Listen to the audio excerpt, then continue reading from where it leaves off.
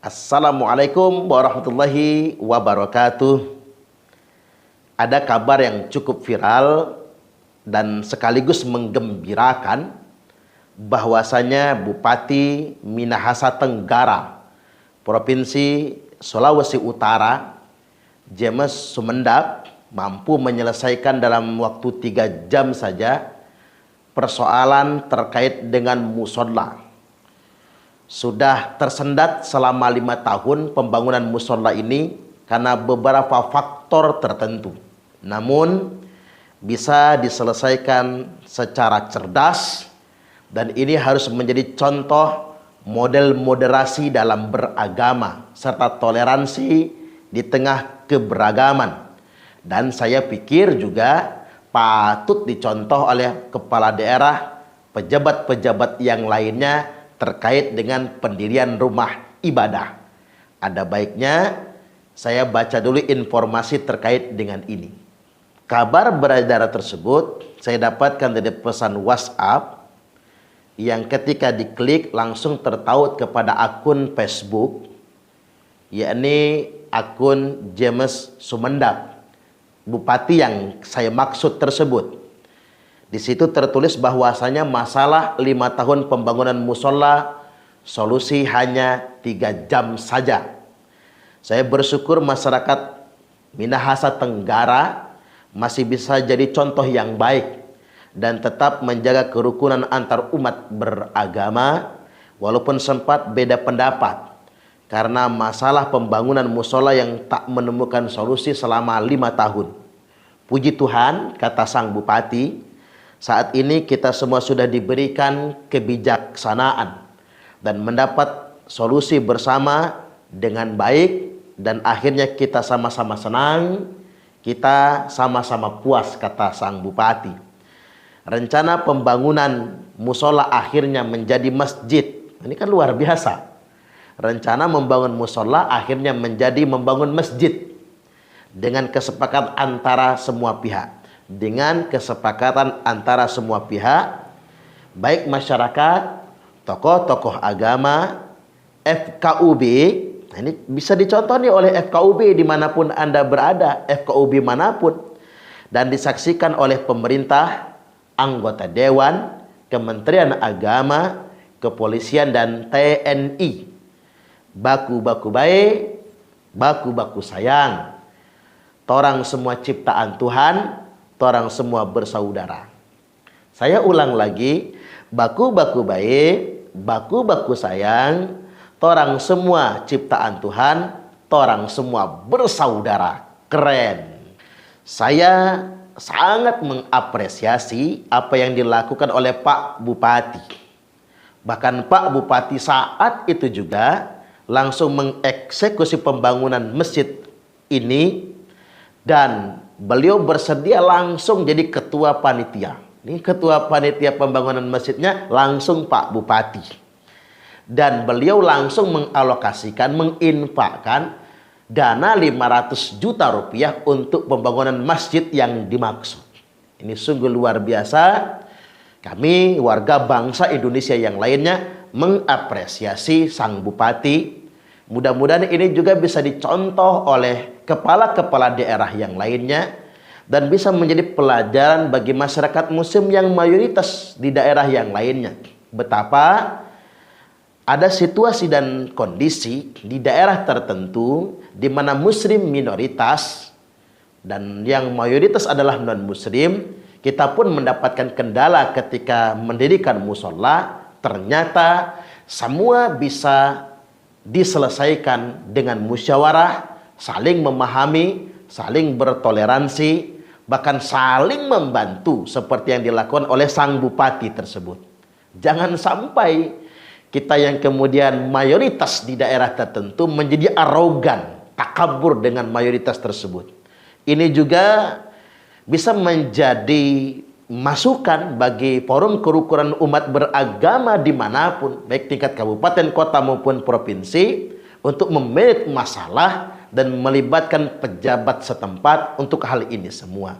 Saya sebagai mubaligh, sebagai penceramah, punya tanggung jawab moral untuk pun mengajak saudara-saudara muslim agar tidak antipati dengan agama lain dan tidak antipati dengan rumah ibadah yang didirikan oleh umat beragama lain, walaupun ada di tengah-tengah lingkungan masyarakat muslim. Cobalah kita juga berjiwa besar, berhati yang lapang. Indonesia adalah muslim terbesar sedunia internasional. Kita semua punya tanggung jawab lebih untuk merepresentasikan Islam yang bersahabat, Islam yang humanis, dan Islam yang rahmatan lil alamin.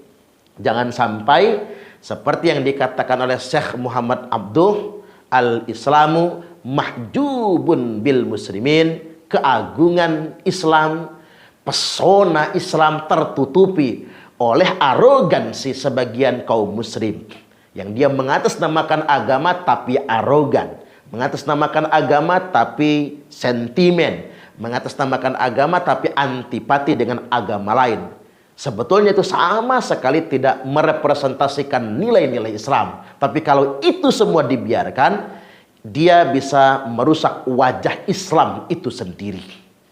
Cobalah kita berpikir besar, berdada lapang. Indonesia adalah negara muslim dengan jumlah masjid terbanyak sedunia internasional. Jumlah masjid hari ini mencapai 800.000 masjid. Belum komposisi musola. Barangkali kalau dikira-kira musola ada sekitar 700.000 lebih. Kalau dijumlahkan berarti ada sekitar 1,5 juta jumlah masjid dan musola yang ada di Indonesia ini. Baik, begini. Untuk lebih sederhananya, ada ceramah saya beberapa hari yang lalu yang saya pikir layak untuk Anda semua simak agar kita bisa belajar kebijaksanaan dan toleransi sesuai dengan ajaran Islam yang sesungguhnya. Silahkan menonton konten selanjutnya. Nah, Indonesia ini masjidnya 800.000. Katakanlah umpama nih musolanya 700.000. Berarti ada 1,5 juta masjid lan musola. Terbanyak sedunia internasional. Yang ranking 1 dari semua provinsi, Jawa Barat. Jumlah masjidnya hampir 60.000. Yang ranking 2 Jawa Tengah. Jumlah masjidnya 50.000 lebih. Yang ranking 3 Jawa Timur, 48.000 lebih, hampir 50.000. Yang ranking 4 Sulawesi Selatan, 14.000 masjid. Yang ranking 5 Lampung. Kena ranking kita. Tepuk tangan dulu. Kena ranking kita. Lampung ranking 5 masjid terbanyak se-Indonesia. Itu yang terdata loh. 12.000 masjid di Lampung, bukan musola, masjid. Coba kita timbang perasaan. Di Eropa, Amerika banyak gereja tutup. Di London ada 500 gereja tutup. Nah, 500 gereja tutup tersebut dijual jadi masjid. 423 masjid di London. London loh, itu bekas gereja. Bayangkan kalian jenengan, yuk kita berhitung. Itu gereja dibeli dijadikan masjid di negara kerajaan Kristen. Kalau kita nyebut Brunei Darussalam kerajaan Islam, Inggris kerajaan Kristen. Jelas kerajaan Kristen Protestan. Rajanya Pangeran Charles. London itu ibu kotanya. Nah, gereja berubah menjadi masjid. Bayangkan kalian panjenengan kalau di Indonesia masjid dibeli jadi gereja. Geger se-Indonesia ini. Nah, dengan bangganya ngapurang ya, dengan bangganya usap-usap nang Indonesia, tepuk dada hebat nang London. Apa? 500 gereja dibeli jadi masjid. Kita tepuk tangan, tapi kita lupa berpikir di London gak ada umat Kristen yang gegeran, gak ada umat Kristen yang menghancurkan masjid, gak ada umat Kristen yang melarang orang beribadah ke masjid. Nah, coba kita timbang perasaan, tepo seliro, tenggang rasa. Jangan sementang-mentang kita mayoritas kita jadi sombong dan takabur, maka lantas kemudian kita menjadi arogan. Ya, kita di Indonesia enak bebas bikin masjid. Gimana coba Bapak Ibu kalau kita di tempat yang minoritas, kita bikin masjid dihancurkan orang? Gitu dong timbang perasaan. Ini ilmunya cocok nggak? Nah ini yang disebut dengan rahmatan lil alamin ini.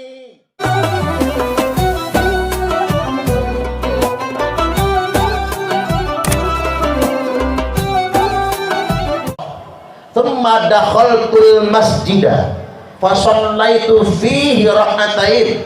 Lalu aku masuk masjid, kata Nabi, dan sholat 2 rakaat.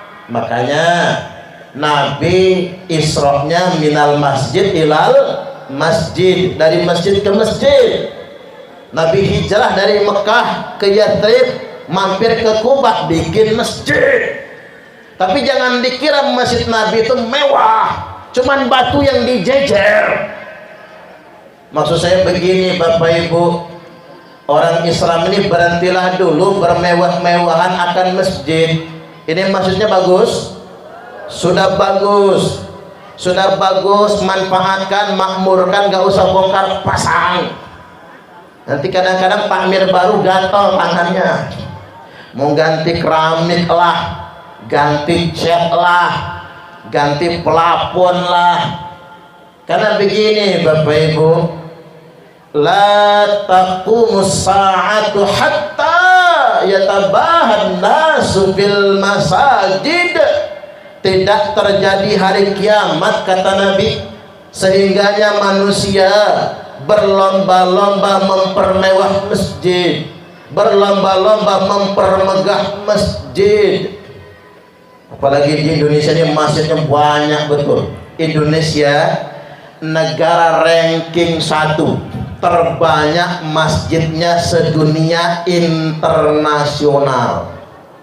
Data tahun 2022 kemarin, jumlah masjid yang terdata, ini belum yang enggak loh, yang terdata ada 800.000 masjid. Kira-kira musolanya segitu juga. Saya ambil perumpamaan begini, Jawa Barat itu jumlah masjidnya 60.000, musolanya 50.000, berarti 100.000 lebih. Nah Indonesia ini masjidnya 800.000. Katakanlah umpama nih musolanya 700.000, berarti ada 1,5 juta masjid lan musola. Terbanyak sedunia internasional. Yang ranking 1 dari semua provinsi, Jawa Barat, jumlah masjidnya hampir 60.000. Yang ranking 2 Jawa Tengah, jumlah masjidnya 50.000 lebih. Yang ranking 3 Jawa Timur, 48.000 lebih, hampir 50.000. Yang ranking 4 Sulawesi Selatan, 14.000 masjid. Yang ranking 5 Lampung, kena ranking kita, tepuk tangan dulu, kena ranking kita. Lampung ranking 5 masjid terbanyak se-Indonesia. Itu yang terdata loh, 12.000 masjid di Lampung, bukan musola, masjid. Kalau ditambahkan musola banyak lagi, masjid segini banyaknya. Apalagi di Bandar Lampung itu ada masjid yang cuma 15 meter jaraknya. Saya ingin katakan di sini, dari ratusan ribu jutaan masjid lan musola, rata-rata itu nggak punya IMB loh. Bener kan? Semau-maunya kita ini Pak. Makanya kata orang, pemerintah rejim ini anti-Islam. Kok anti-Islam dari mana? Oh Indonesia ini masjid terbanyak, masjid bebas ngebangun. Coba jangan jalan-jalan ke Arab sono. Di Arab tuh jauh-jauh masjid, dan warga nggak bisa bangun masjid. Walaupun jenengan tanahnya lebar, duitnya banyak, nggak bisa bangun masjid kecuali atas izin pemerintah. Hanya pemerintah yang berhak bangun masjid di sana. Atau nggak usah jauh-jauh lah, merantau nang Malaysia. Ada nggak dari Sedang ke Malaysia? Banyak. Coba Pak jalan-jalan nang Malaysia, masjid berkilo-kilo. Kalau mau Jumatan susah, karena di Malaysia itu kerajaan Islam, nggak bisa sembarangan bangun masjid. Kerajaan yang menentukan. Brunei Darussalam, dari masjid ke masjid 5 kilo jaraknya. Nah mau Jumatan, orang Indonesia yang jadi TKI Pak, kalau mau Jumatan jalan kaki. Syukurnya warga-warga Melayu di Brunei Darussalam itu sengaja bawa mobil ke masjid ngangkutin TKI untuk berangkat Jumat. Segitunya. Bersyukurlah kita di Indonesia, apalagi di kota, 1 RT 1 masjid, 1 RT 3 masjid. Bahkan saya pernah ke Jawa, satu RT 3 masjid, masjidnya seberangan. Sini masjid, seberang jalan masjid. Dua-duanya dipakai Jumatan. Saya tanya, ini kok masjidnya seberangan, dekatan, sama-sama dipakai Jumatan? Iya Ustaz, ini beda. Kalau yang ini masjid NU PKB, yang seberang masjid NU P3. Sama NU-nya, sama adzan 2 kalinya, sama kunutnya, tapi beda, satu PKB, satu P3, pisah masjid. Nah, besok-besok kita bikin masjid NU PDI Perjuangan. Tepuk tangan dulu. Masjid NU Golkar. Alangkah bebasnya kita di Indonesia ini. Syukuri Bapak Ibu, nggak ada negara sebebas Indonesia. Kalau kata TGB, Tuan Guru Bajang, di Arab ndak ada pengajian akbar gue taruh kayak gini, ndak ada. Mengumpulkan massa dalam satu titik, ditangkap, jangan macam-macam. Ada undang-undang larangan berkumpul. Orang boleh di dalam masjid saja, itu pun nggak boleh pakai loudspeaker luar. Nah, tak kasih tahu jenengan biar cerdas sekarang. Nang Arab itu semua negara, 21 negara Arab, loudspeaker luar hanya boleh buat azan 5 waktu. Itu pun tidak boleh lebih dari 100 desibel. Nah, Menteri Agama Gus Yakut bikin aturan. Itu pun aturan lama zaman Pak Harto yang dirilis ulang. Nggak boleh lebih dari 100 desibel. Udah benar. Terus nggak boleh berlebih-lebihan, apalagi di kota. Iyalah, kalau di kampung nggak masalah. Kalau di kota, jangan berlebih-lebihan. Ada umat beragama lain dikira anti-Islam. Padahal nang Arab, 21 negara Arab, mic speaker luar, loudspeaker toa hanya untuk azan saja. Nggak boleh buat ceramah. Ya buat ceramah ya dalam. Sampai segitunya. Jadi kurang bebas apa kita di Indonesia? Bisa pengajian akbar pakai taruh, bisa di lapangan pengajian akbar tingkat kecamatan, tingkat kabupaten. Kemarin di Sendang ngundang siapa? Handayayat itu Mumpuni. Waduh, orang ngapa atau enak. Ngundang Mumpuni yang datang bejubel. Mengapa sedemikian rupa? Ini Indonesia. Jajal di Arab, bikin pengajian akbar, ditangkap, dikira mau bugon, dikira mau ngeberontak, mau makar. Enak kan Indonesia? Syukuri kita tinggal di sini Bapak Ibu. Nah, balik lagi, masjid yang begitu banyak dan megah-megah, mewah-mewah, inilah anugerah buat Indonesia Raya tercinta. Cuman masih ada aib di sana. Apa aibnya? Umat agama lain masih sulit mendirikan rumah ibadah. Itu aibnya. Pak, Bu, kalau ada umat beragama lain mau mendirikan rumah ibadah, ya jangan dilarang, ge. Bener kata Gus Dur, mending di samping rumah kita gereja daripada di samping rumah kita diskotek. Iya, ya. Kalau di samping rumah kita gereja aman, orang datang ke gereja itu ibadah loh. Tapi kalau di samping rumah kita diskotek, bapak-bapak jajal pengen masuk. Pura-pura kenduren malam Jumat. Mah, pamit. Mana Pak? Kenduren. Di tempat kenduren mangga nongol ternyata melipir ke diskotik. Yang lebih bahaya itu tempat maksiat. Makanya saya bingung. Ada beberapa kawasan di Indonesia ini mendirikan gereja susah, tapi bikin diskotik gampang. Mendirikan gereja susah, tapi karaokean hiburan malam mudah. Ada apa sih sebenarnya dengan kita? Coba kita lihat kemarin Pak, kejadian di Sidoarjo, semua gereja-gereja dibuka. Warga Nahdien dari berbagai macam daerah diterima di gereja, ditumpangi sholat di gereja. Keren kan? Keren itu, ditumpangin sholat di gereja. Bagus, luar biasa. Kelompok sebelah nyinyir semua, karena nggak ngerti fikih, makanya nyinyir. Tanda nggak belajar, tanda nggak pondok. Subhanallah, itu luar biasa. Kanjeng Nabi didatangi umat Kristen Bani Najron, 70 orang, 60 orang. Pendetanya, uskupnya, tokoh-tokohnya datang kepada Nabi. datang ke Masjid Nabawi. Faqamu fi masjid Rasulullah sallallahu alaihi wasallam. Mereka mendatangi Masjid Nabawi, yusallun, mereka sholat di Masjid Nabawi, minta izin. Minta izin kali Kanjeng Nabi kebaktian. Kebaktian beribadah di Masjid Nabawi. Sebagian sahabat bereaksi mau melarang. Apa jawab Nabi? Apa kata Nabi? Da'uhu, biarin kata Nabi. Jangan larang mereka kebaktian. Maka mereka fasallahu ilal masyriq, maka mereka sholat menghadap ke arah masyriq, ke arah timur. Orang Islam ibadah ngadep kiblat ke arah maghrib, matahari terbenam. Orang Kristiani menghadap ke arah timur. Ini nggak bisa dihapus loh Pak. Sirah Ibnu Hisam, tafsir Ibnu Katsir, nggak bisa dihapus riwayat ini. Nabi memperbolehkan bagian Masjid Nabawi untuk dijadikan tempat kebaktian. Ya, umat Kristen itu nggak menumpang sholat di masjid, cuman pengen punya rumah ibadah. Ya kok ya diizinkan Bapak Ibu, ya nggak apa-apa. Kita ini jangan salah jadi umat Islam. Nggak ada satu pun dalam Quran dan hadis yang memerintahkan kita melarang umat beragama lain mendirikan rumah ibadah. Sekarang saya tanya, belajar Islam di mana sih mereka-mereka itu? Yang arogan dan kakunya bukan main itu. Jangan sedemikian rupa. Coba kita timbang perasaan.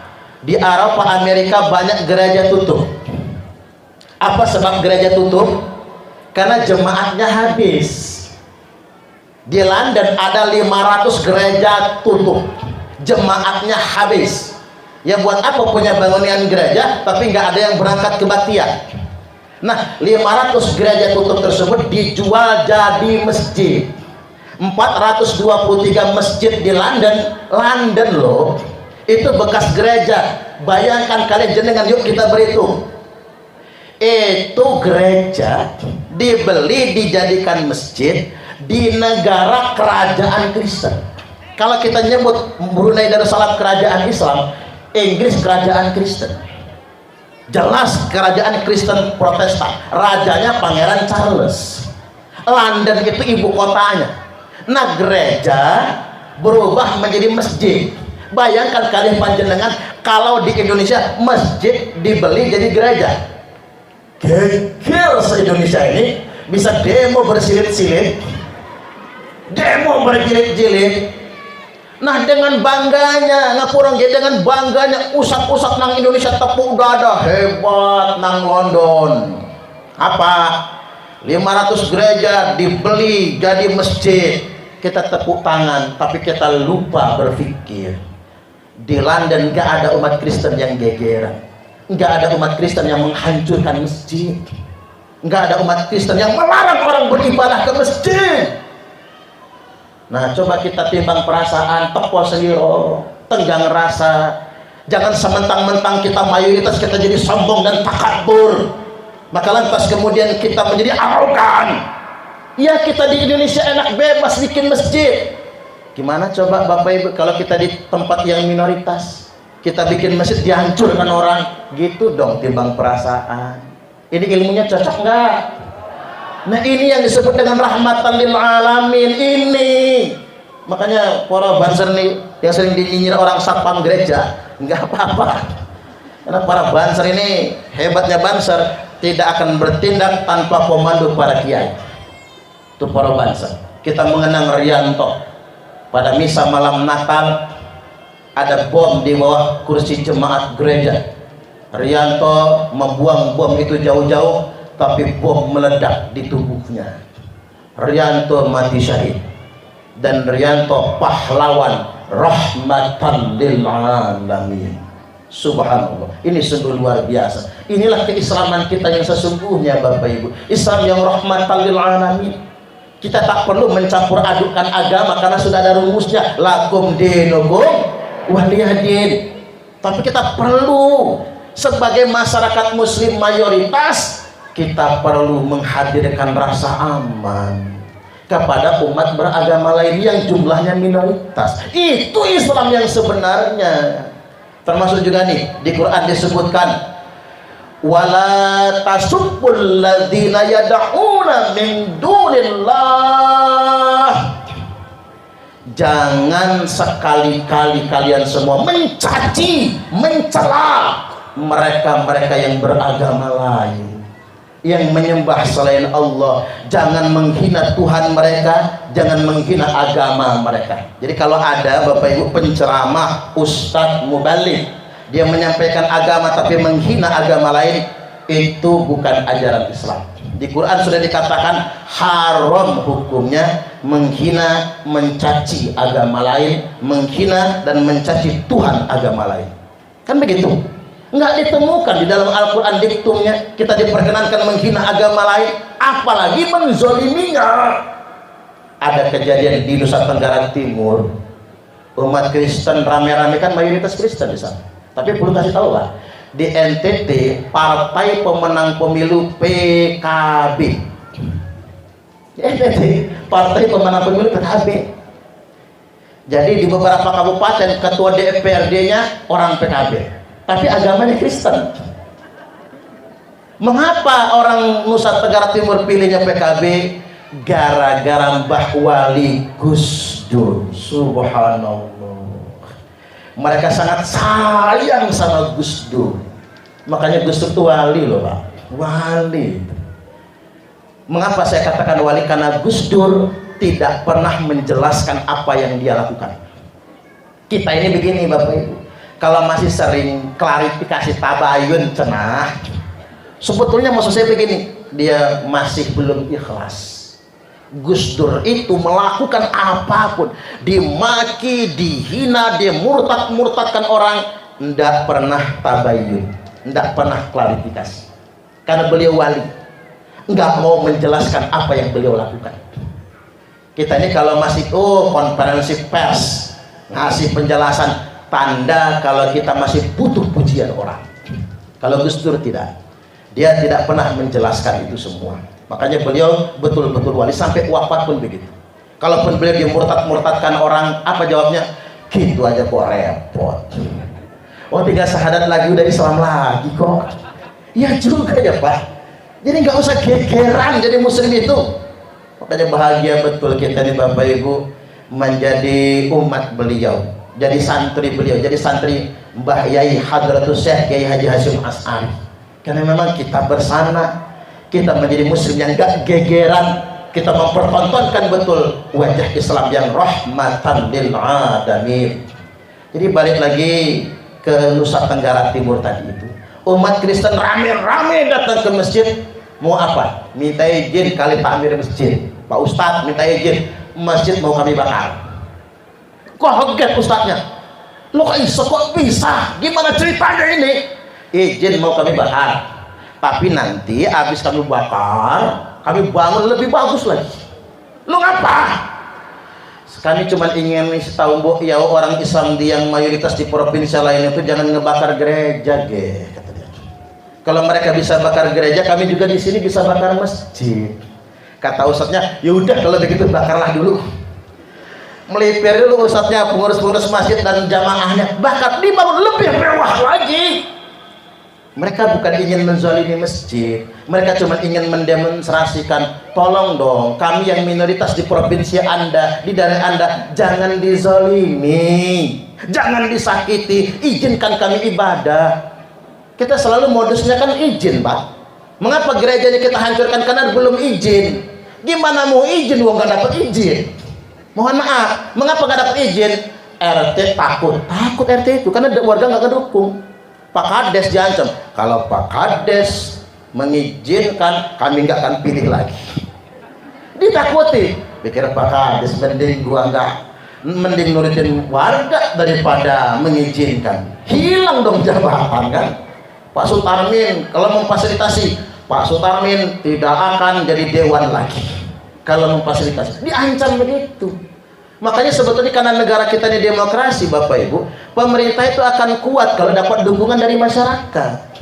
Pemerintah lemah kalau masyarakatnya bereaksi yang sebaliknya, resisten. Jadi jangan sampai sedemikian rupa. Kita maklumi, mereka juga ngapain bikin rumah ibadah kalau mubazir, kalau nggak ada jemaatnya nggak mungkin.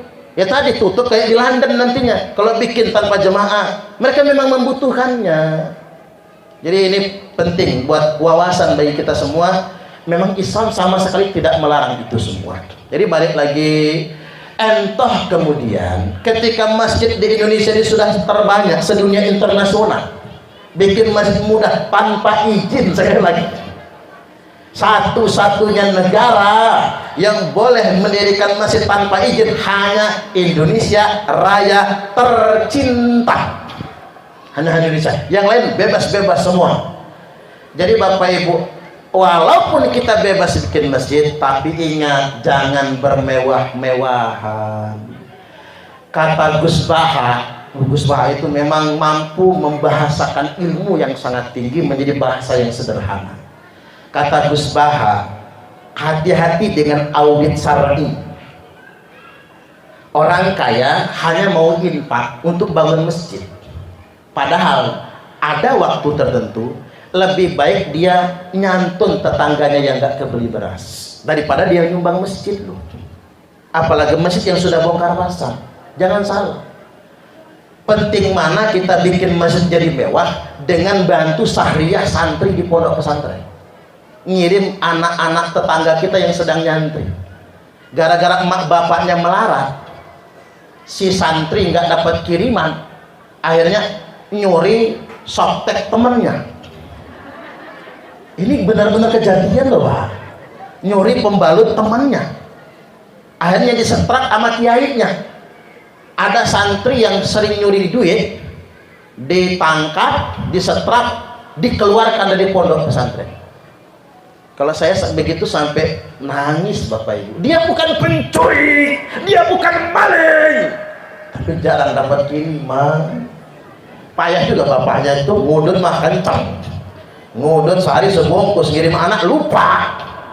Kasihan loh Pak, kadang-kadang wayahnya ngantri makan, yang belakangan cuma dapat kuah kangkung.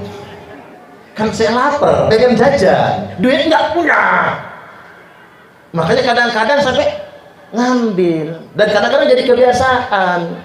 Makanya daripada kadang-kadang kita mempermewah masjid, bongkar parang pasang masjid, ngapa tidak kita punya forum warga, yuk semua anak kampung kita yang mondok kita bantu biayanya kalau yang nggak mampu. Cocok apa cocok? Tepuk tangan dulu. Ya iya dong. Ya agama ini terjaga dengan terjaganya orang alim. Kalau orang alimnya habis, ulamanya habis, gimana mau terjaga? Terus anak-anak kita Bapak Ibu, Ahlus Sunnah wal Jamaah akan semakin kuat di Indonesia ini ya kalau anak kita nyantri. Belajar yang benar tuh ya nyantri lah, bukan begini. Kalau begini masih syiar, tabligh begini syiar Pak, bukan nyantri beneran. Belajar bener ya ke pondok. Karena ngapa? Timbak datangin sumur. Masa sumur yang datangin timbak? Kalau yang kayak gini nih, timbak, sumur datangin timbak, tapi harus siap nyangon nih. Ya resiko lah, sumurnya suruh jalan saking pada lampu ke sini, timbaknya tinggal nongkrong. Ya aslinya timbak yang datangin sumur. Makanya barokahnya ilmu anak mondok, betul itu. Makanya Gus Baha nggak bisa diundang ke sini Pak. Berapapun duit jenengan nggak bisa, karena beliau nggak mau niat safari dakwah. Beliau ingin taklim, ngaji. Kalau mau ngaji datang ke beliau. Makanya napiter, narapidana terorisme dan bekas-bekasnya rata-rata yang sudah tobat ngefans sama Gus Baha. Pengen ngaji, diangkutin sama Mabes Polri ke Gus Baha semua, berbis-bis diangkut ngaji ke sana. Memang susah Pak, cari kiai yang begitu tuh susah ya. Sekarang ini banyak bukan ulama sih, penceramah. Nah, kayak saya kan penceramah. Makanya penceramah itu jangan gumedek, jangan semua kata-katanya harus diikutin. Namanya penceramah tetap penceramah, ada baik diambil, kurang bagus tinggalkan. Setuju atau setuju? Ya ibarat kata pepatah, walaupun keluar dari buntut ayam selama telur ambil, tapi walaupun keluar dari buntut sahrinong, kalau kuning-kuning jangan, karena itu bukan emas. Nah itu maksudnya, ambil baiknya, tinggalkan jeleknya. Baik Bapak Ibu hadirin wal hadirat rahimakumullah, audit syar'i 1 miliar jadi masjid gitu. Ya kalau di kampung 1 miliar mah mewah sudah Pak. 2 miliar bagus masjid, 10 miliar mewah, 100 miliar megah. Maksud saya mengkritik kemarin Jawa Barat itu bangun masjid 1 triliun pakai dana APBD loh, bukan bantuan dari Uni Emirat Arab, bukan saudagar minyak dari Arab Saudi. Mengapa saya nggak mengkritik kubah emas? Karena yang bangun kubah emas bukan pemerintah, yang bangun kubah emas Ibu Dian Al-Mahri, bos minyak dari Arab Saudi. Jadi TKW nikah sama orang Arab, orang Arabnya sugih, mati, dapat warisan. Makanya yang masih 66 rondo-rondo anyaran merantau ke Arab, siapa tahu dikawin sama bos minyak. Iya dong, ya nggak apa-apa, halal ini. Jadi boleh saja duit pribadi dia, tidak masalah. Tapi kalau 1 triliun duit APBD itu kan uang rak, ya. 1 triliun itu 1000 miliar, Bu. Nolnya berapa 1000 miliar itu? Coba jenengan jajal ketik nang kalkulator. Error kalkulatornya. Wong. Error tulisannya. Kebanyakan nolnya. Jadi 1000 miliar itu atau 1 triliun itu nolnya 12. Semakin banyaknya. Sedangkan di Jawa Barat masih banyak yang lapar, masih banyak yang nggak bisa bayar daftar ulang anak sekolah, masih banyak mahasiswa yang mesti cuti karena nggak bisa bayar SPP semesteran, masih banyak yang nggak kebeli beras, masih banyak jembatan putus mau berangkat ke sekolah nyebrang sungai pakai jembatan gantung. Ini fakta. Jangan menggunakan dana uang rakyat untuk kepentingan yang mubazir. Makanya jangan bermegah-megahan dalam hidup. Hidup yang paling enak itu bersyukur, hidup sederhana, bersyukur, nggak punya utang. Kemarin kalau tidak salah di Sendang Mukti sudah saya sampaikan, penyebab penyakit bukan makanan, maka jangan terlalu banyak pantangan. Tapi penyebab penyakit itu pikiran, dan pikiran yang paling membebani adalah cicilan. Tepuk tangan dulu. Maka hidup sederhana itu enak daripada ketiban nyicil, rumah nyicil, mobil nyicil, motor nyicil, kulkas nyicil, sprint bed nyicil, baskom nyicil, seragam pengajian nyicil, mana gak lunas-lunas lagi ya. Hidup ini sederhana, nggak usah berlebih-lebihan. Lagi ada ya nabung, berbagi dengan sesama, itu kan indah. Jangan berhutang. Yang ekonominya lebih, takdirnya kaya, yang penting jangan pamer. Iya, duit dia kayak artis tuh beli tas harga 1,5 miliar, nggak satu lagi sampai puluhan tasnya, paling murah harganya 50 juta. Belum lagi ada yang beli bathtub. Tahu bathtub nggak, Bu? Bak mandi loh, Bu. Bak mandi itu harganya 3 miliar, Pak. Allahu Akbar. Mobilnya berjejer di garasi yang selebar halaman. Mobil mahal yang harganya di atas 1 miliar semua. Lalu dijadikan konten, diupload kemana-mana. Duit dia, harta dia. Tapi mbok jauh jangan pamer. Mengapa jangan pamer? Jangan pamer kekayaan di tengah-tengah orang miskin. Jangan pamer kesenangan di tengah-tengah orang yang susah. Jangan pamer perut kenyang di samping orang yang lapar. Jangan pamer kesehatan di dekat orang yang sakit. Jangan dekat orang stroke bengek. Pamer makan enak sate, habis 2 porsi umpama. Jangan pamer nikmat sehat di dekat orang yang sakit, itu menyakitkan. Jangan pamer kemesraan di dekat orang yang jomblo. Ini banser jomblo ya. Allahu Akbar. Ya hak dia, tapi nggak pada tempatnya. Sesuatu yang kata dia baik akan jadi jahat ketika ditempatkan bukan pada tempat yang sesungguhnya. Yuk, kita di zaman sekarang ini pikirkan berbagi. Kalau kata Syekh Abdul Qadir Al-Jailani, sesuap nasi yang engkau masukkan ke dalam perut orang yang lapar itu lebih baik daripada membangun 1000 masjid jami'. Sesuap nasi. Orang kaya bolak-balik umroh dengan alasan rindu rumah Allah, Padahal Allah lebih rindu dengan orang kaya yang berbagi dengan fakir miskin. Cocok apa cocok? Ya gara-gara saya ceramah begini Bapak Ibu, warga Bandung WA saya, dia nonton di YouTube. Ustadz, saya mendukung Ustadz mengkritik Masjid Al-Jabar karena saya sendiri Ustadz tinggal di samping masjid, tapi saya sudah 3 hari gak kebeli beras, makan mintanya sama marbot. Tolong si Ustadz beli beras, ini ketempuan saya kirim 200.000 adanya Pak buat beli beras. Ya jangan sampai jargoni iso jar ra iso ngelakoni. Nah ini Bapak Ibu, kita harus praktek berbagi dengan sesama. Yang namanya infak jariyah, namanya sedekah qardun hasanah, tidak mesti selalu dalam bentuk membangun fisik masjid. Kalau masjid sudah bagus begini, megah begini, sudah kita pikirkan kebutuhan umat yang lain.